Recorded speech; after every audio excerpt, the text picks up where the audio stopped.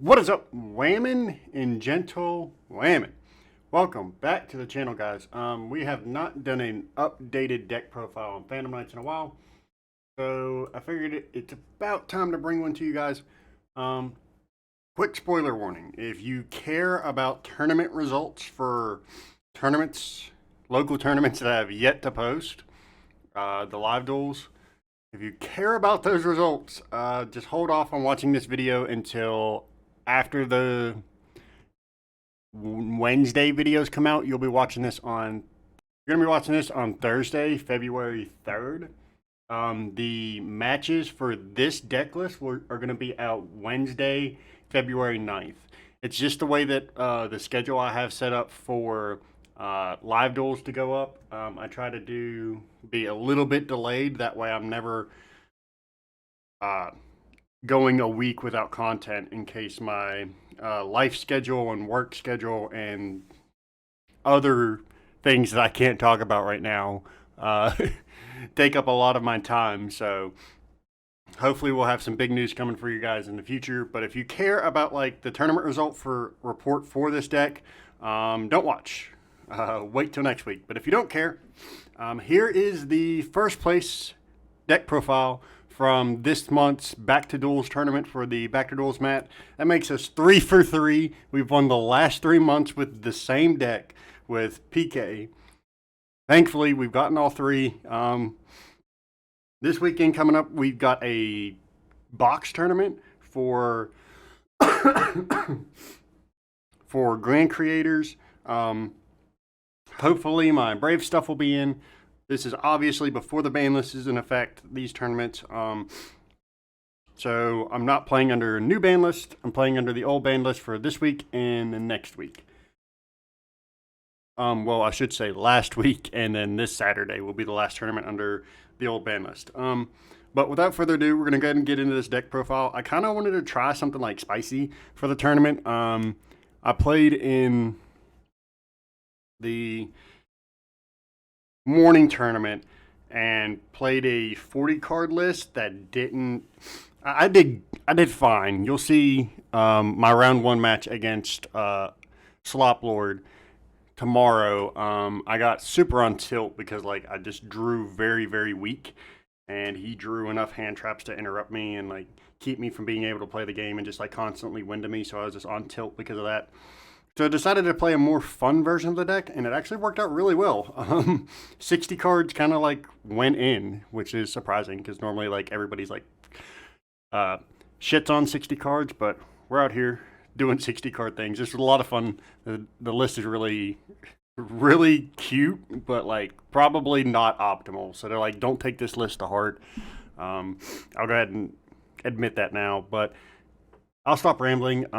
We played 3 Torn Scales, 3 Boots, 2 Cloak, 1 Gloves, 1 Greaves. Like, this is just like the standard PK line. This is never going to change. The best, like, I put them in order, but like with their relevance. Like, this is the best one. This is your main extender. Like, this is the third best one. Then these 2 like come up occasionally. Like if you open Boots, sometimes you'll search this off a Cloak to get a free extender. But yeah, like I feel like this is optimal. This is pretty standard. Everybody should be playing that line. We still play the 2 Tour Guide because I think this is going to be the last tournament we play with the 2 Tour Guide and the 1 Kagamusha Knight. Kagamusha Knight might stay, but I'm pretty sure these 2 are getting cut from the deck now that we're getting the Brave package. Once a Brave package is here, like these become irrelevant. Your normal summons, not important. This is just Ash target anyways, 90% of the time. It's a really strong card and makes the board ridiculous, but like once we get Brave, we don't need this card anymore, which is sad because it's one of my favorite cards. But I played the normal package. I played the Spearoids. In the first tournament, I drew this card like it was my job, so that's like part of why I wanted to bump the numbers up, because I was tired of drawing my bricks. I was like drawing this plus Celestial like almost every game, and it got really annoying. Then Psychic package, I played 1 Wielder, 2 Tracker, because I wanted plenty of targets for E-Telly. So because like if I open one of these, I want to have a target for E-Telly if I open like one of these in an E-Telly. That way I can tutor something out. But yeah, especially with E-Telly coming to 3, I feel like you have to play at least 3 targets now. 1 Snick, 1 Junk Forward. For the extenders, they're just like typical extenders. I cut Bunny because like Bunny's the worst of the 2 dangers, and like Sneck's just good because you can discard it and it guarantees summon itself. This won me a game. I think it's on stream, the game that I won because of this. If my opponent was playing Flunderies, and if I were to normal summon, I pretty much just like give him his full combo on my turn, which is kind of sad, like which I really didn't want. And I ended up, I had Torn Scale, I think it was Torn Scales in hand. No, I had Tracker in hand already, and then I drew Rhoda for turn.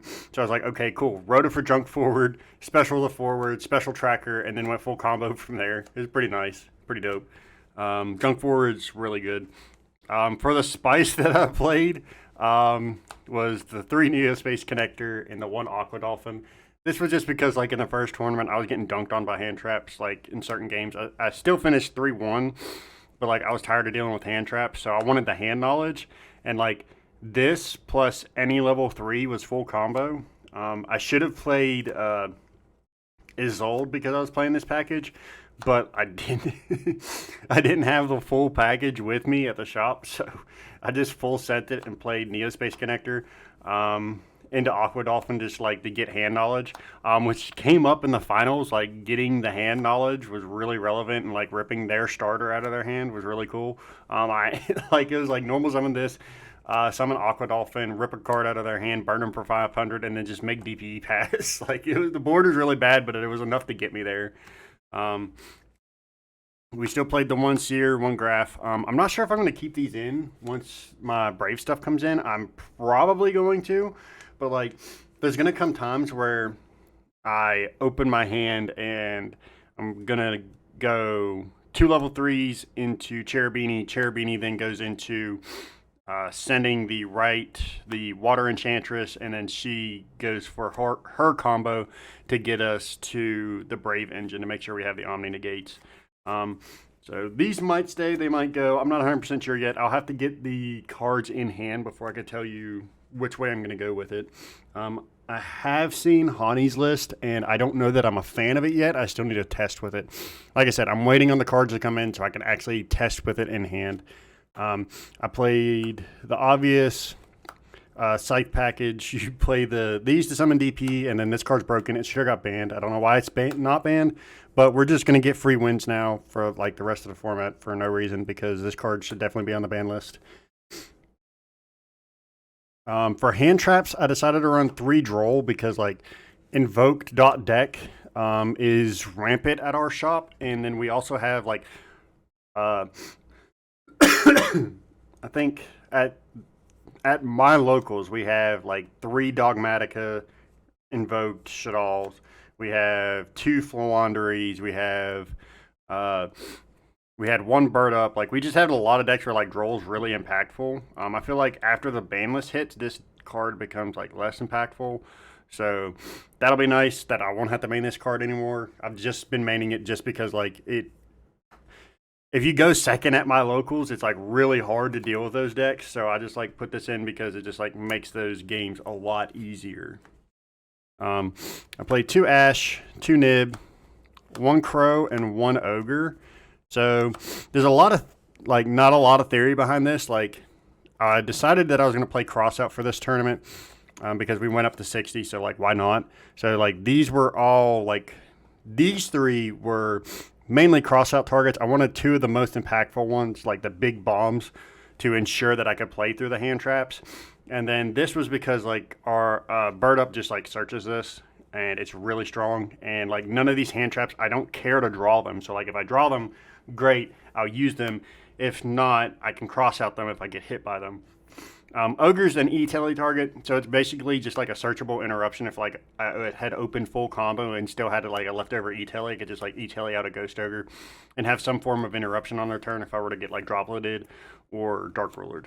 But yeah, like I don't think the hand traps need a lot of explaining. Like, this is really strong against like the bird up deck, in the mirror match. Like, this is just a good card. This is just an average card overall. It hits every matchup. This just like kills rogue. This is very good overall. It hits a lot of decks if you use it properly. And then just like Ogre covers extra bases and you can summon it off of E-Telly. That was it for the monsters. Moving on to spells, we played 3 Droplet, 3 Crossouts. These pretty much like explain themselves. Like this is a really good going second card. This is a really good going first card. This prevents us from getting blown out by hand traps. Resolving this just feels really, really good, especially when they're hand trapping you and really trying to punish you with something. I didn't play the mirror match, but like this is also really strong in the mirror match. You can just like tell your opponent to stop playing. The Droplet's Droplet. Like I shouldn't have to explain these cards too much, but yeah, I just pretty much just crammed a bunch of power cards in the deck and just went with it. Played 3 Fusion Destiny because DP is broken. This card goes to 2, which makes me kind of sad because we're not going to open it as often. But like opening Fusion Destiny is just kind of busted, which it's fine because like they put this to 2 but gave us another E-Telly. So like in the future, this is literally just going to be 2 Fusion Destiny, 3 E-Telly. So like they just like made this slot open for us anyways. E-Telly is cracked. It's an extender. Like there's not much to say about that. I played 2 talents. This came up like twice in the tournament. It was really good. I'm hit or miss on this card. Sometimes it like bricks my entire hand. Other times this card is like absolutely insane. I think this is part of what won me the game in the finals because like I was able to triple tack, take his Simorg and then like kill him with it. And then for the final spells, the 1-ofs, we played the 1 Call by the Grave, 1 Rhoda. These are just like standard PK cards. Traps, we played 2 Imperm. These are also our other targets for cross out. I just picked up my second ulti, so I was like, well, might as well play it because now we have 2. I just need 1 more ulti Imperm and I will be a happy camper. But good luck to me trying to get that card. It seems like it's going to be impossible without spending a buttload of money.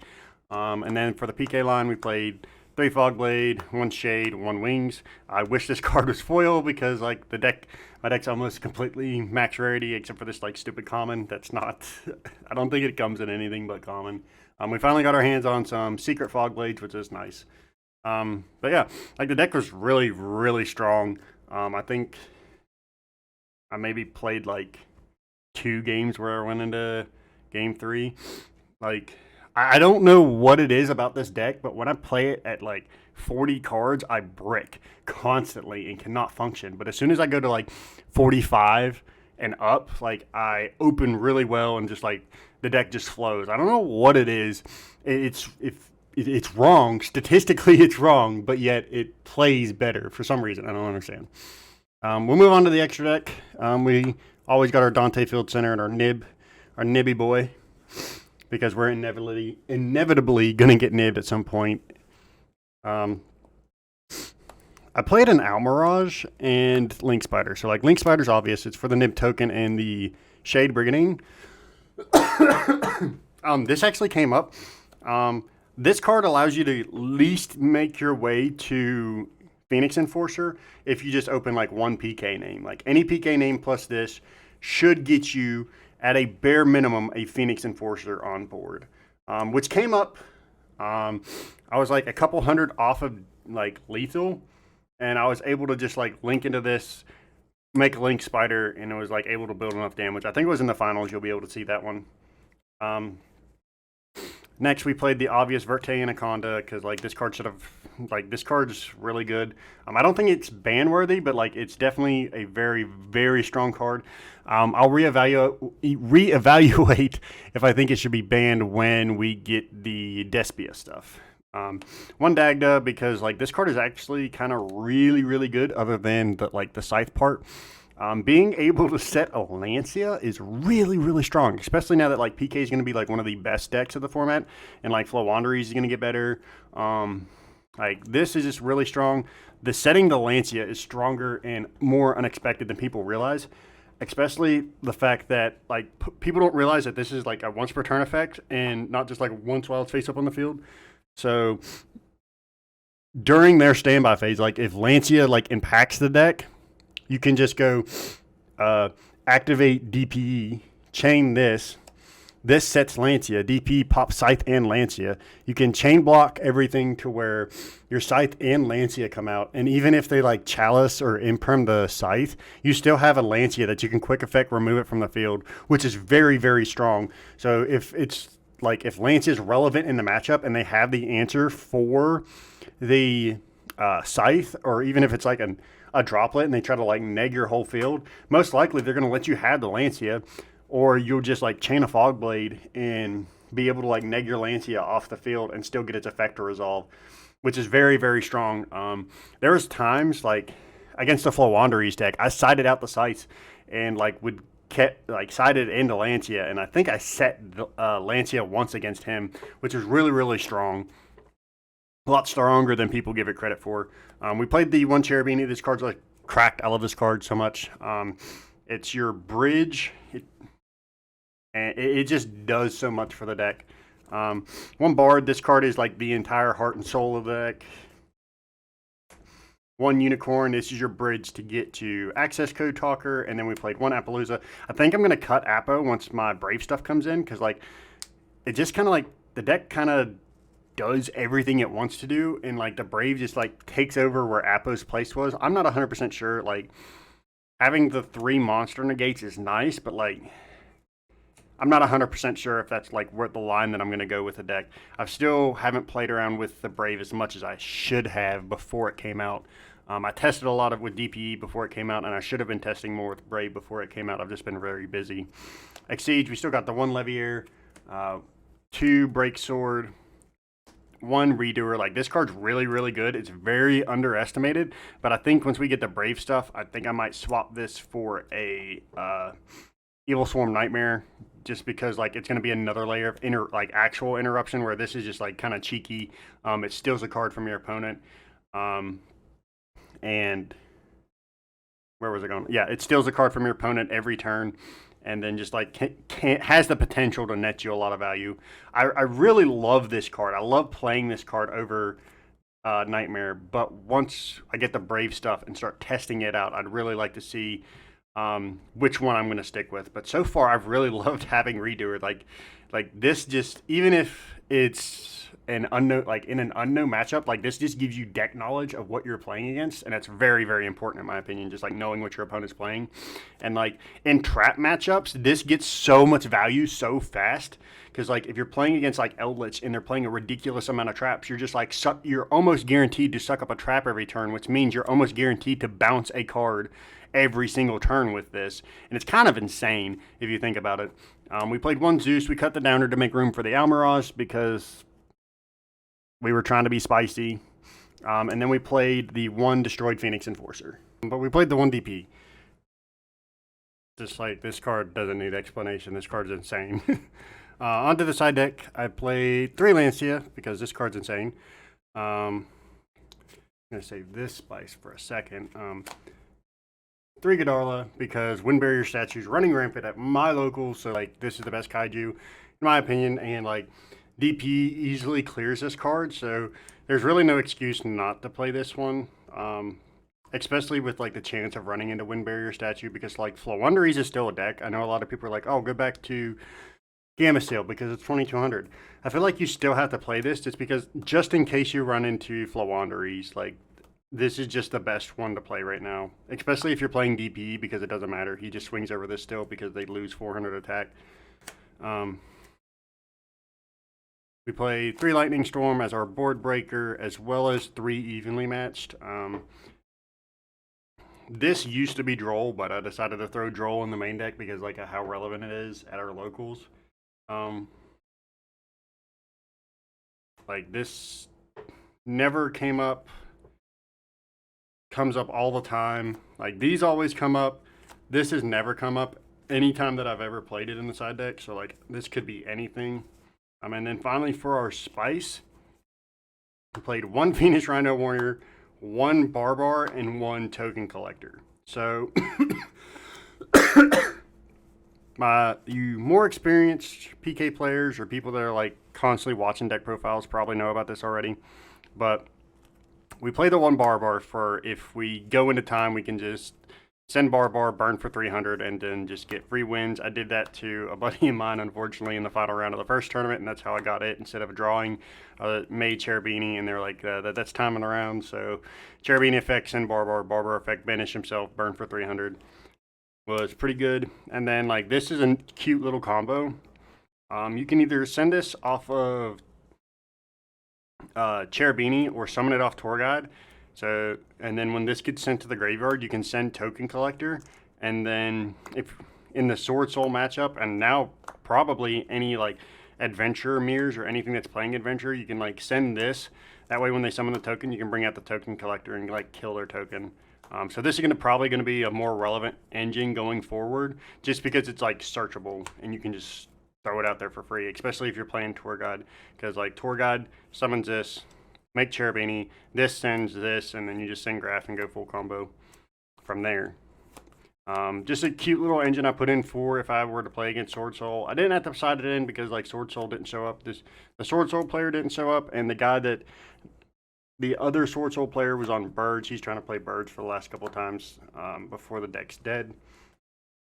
But yeah, the deck was a lot of fun. I really enjoyed playing 60 cards. I don't know why. I really enjoy like these higher deck numbers. I know a lot of the better players at the shop. All of the better players at our shop give me shit. And the group chat about playing over 40.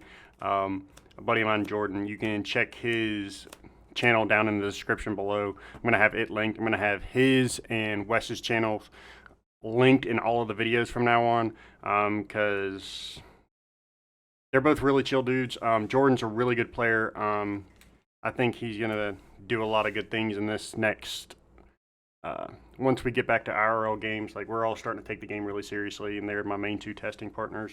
We got a little group together. I'm going to link their channels in the description. That way, if you guys are interested, you can go see some more of our players.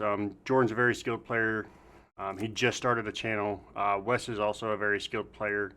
He has multiple channels. I'll probably link both of Wes's channels in the description. He's got a fighting game channel, which he is a beast at Dragon Ball FighterZ if you're into that game. And he also streams Master Duel. He started streaming Master Duel on his Yu-Gi-Oh channel, so you can try checking that out. Try to talk him into getting the old progression series we had going back. But yeah, I'm going to quit rambling, and I hope you guys enjoyed the deck profile. It was a 60 card pile of nonsense. I really enjoyed playing it. I'm excited to have the adventure stuff come in. I ordered it on Sunday before the prices spiked. Thank freaking God. But we're going to be playing around with that. We got a box tournament this weekend. I'm going to try to figure out my list before then. And hopefully we can bring home a box of Grand Creators after this weekend. But that's all I have for you guys today. I hope you guys enjoyed the deck profile. I hope you enjoyed the video. If you did, leave a like down below. If you're not subscribed, consider subscribing. I'll bring weekly Duel videos and hopefully more deck profiles and discussion, some more Master Duel stuff in the future. That's all I have for you guys today. I hope you have a fantastic day.